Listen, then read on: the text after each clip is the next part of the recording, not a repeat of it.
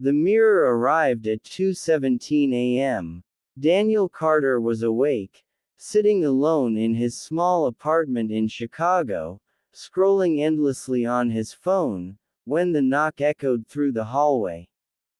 It wasn't loud, but it was deliberate. 3 slow knocks. Heavy. Certain. No one ever visited Daniel that late. Heart pounding, he walked to the door and looked through the peephole.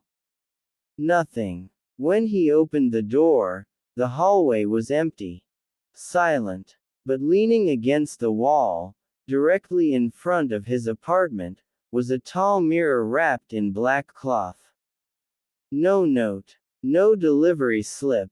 Just his apartment number written on the glass with something dark and sticky. Daniel dragged it inside, telling himself it was a prank. But the moment the door shut, the lights flickered. The air turned cold. He pulled the cloth away.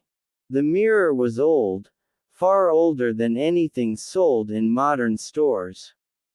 The frame was carved with twisted faces frozen in silent screams.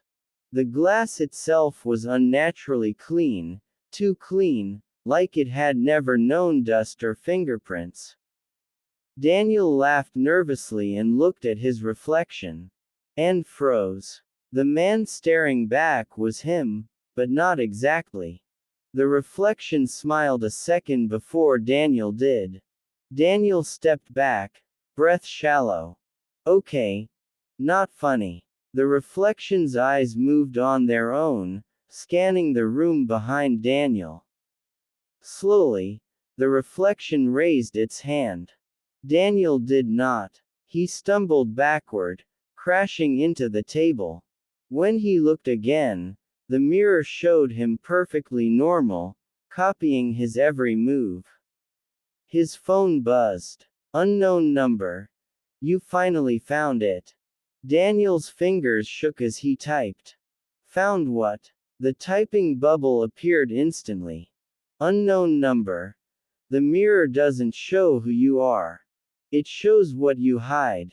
The lights went out. In total darkness, the mirror began to glow. Daniel watched in horror as the reflection changed.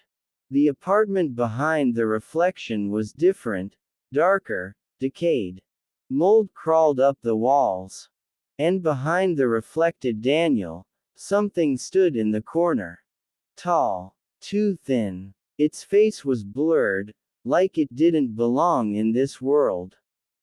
Daniel turned around. Nothing was there. When he faced the mirror again, the thing was closer.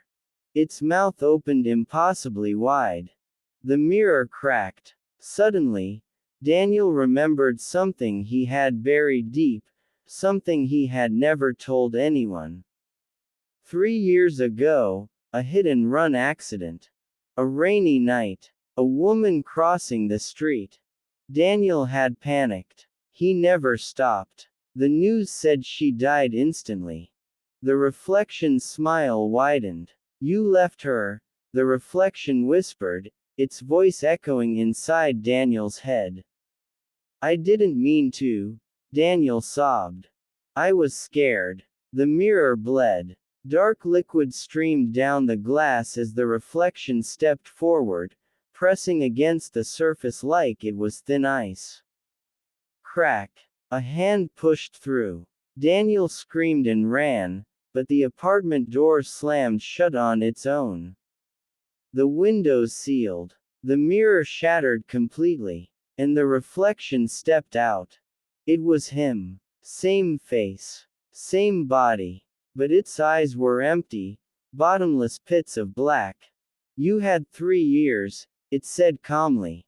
Now it's my turn. Daniel felt himself being dragged backward, pulled toward the broken glass like gravity itself had changed. Memories flooded his mind. Every lie, every secret, every moment he chose silence over truth. The mirror glowed once more. Then everything went dark. At 7 a.m., Neighbors heard knocking from Daniel's apartment. Police arrived to find the door unlocked. The apartment was spotless. No broken mirror. No signs of struggle. Except for one thing. A tall mirror stood against the wall, perfectly clean. Inside it, Daniel Carter stared out silently.